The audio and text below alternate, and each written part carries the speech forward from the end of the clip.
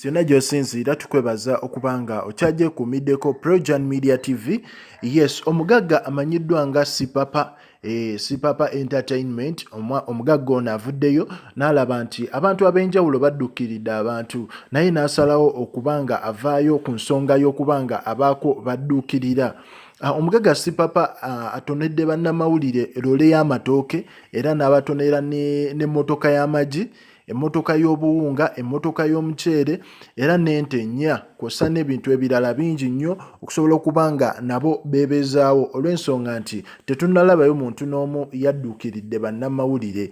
Yes, ekintu kye yakoze kirungi era tumwebaza okubanga yasazeewo okuddukirira ku bannamawulire yonna gye bali olw'ensonga bannamawulire abasinga baabajja ku mirimu baabawummuza era abasinga tebakyakola olw'ensonga ya transport. Kati ye asazeewo abadduukirire okusobola okubanga nabo mu nsi beebezaawo.